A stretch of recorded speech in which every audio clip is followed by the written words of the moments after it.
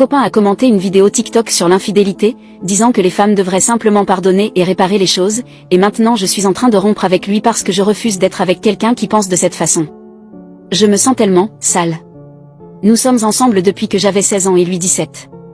Une amie m'a envoyé un lien vers un TikTok où deux gars parlent de comment, lorsque l'un d'eux a trompé sa copine, elle l'a trompé en retour après l'avoir découvert, au lieu de chercher à réparer leur relation.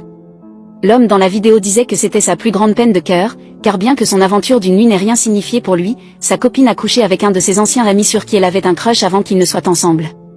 La vidéo disait que c'était le devoir d'une femme d'être attentionnée et de pardonner dans une relation, et que les femmes doivent comprendre que certains hommes ne sont pas monogames.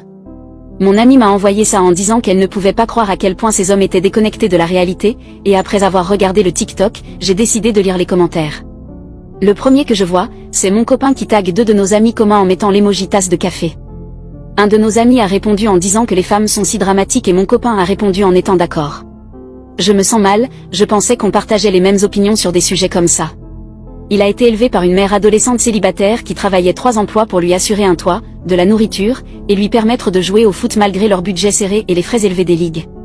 Quand on a commencé à sortir ensemble, je lui ai demandé qui était son modèle, et il m'a répondu que c'était sa mère.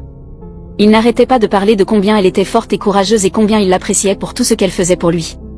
Sa mère vivait seule à 17 ans parce que le père de mon copain l'avait trompée après qu'elle ait accouché et qu'elle se remettait encore, sous prétexte qu'on ne pouvait pas attendre de lui.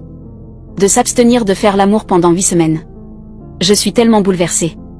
En ce moment, je suis à l'école, en train de taper ça dans une cabine de toilette parce que je ne peux plus garder ça pour moi. Je suis dégoûtée par lui.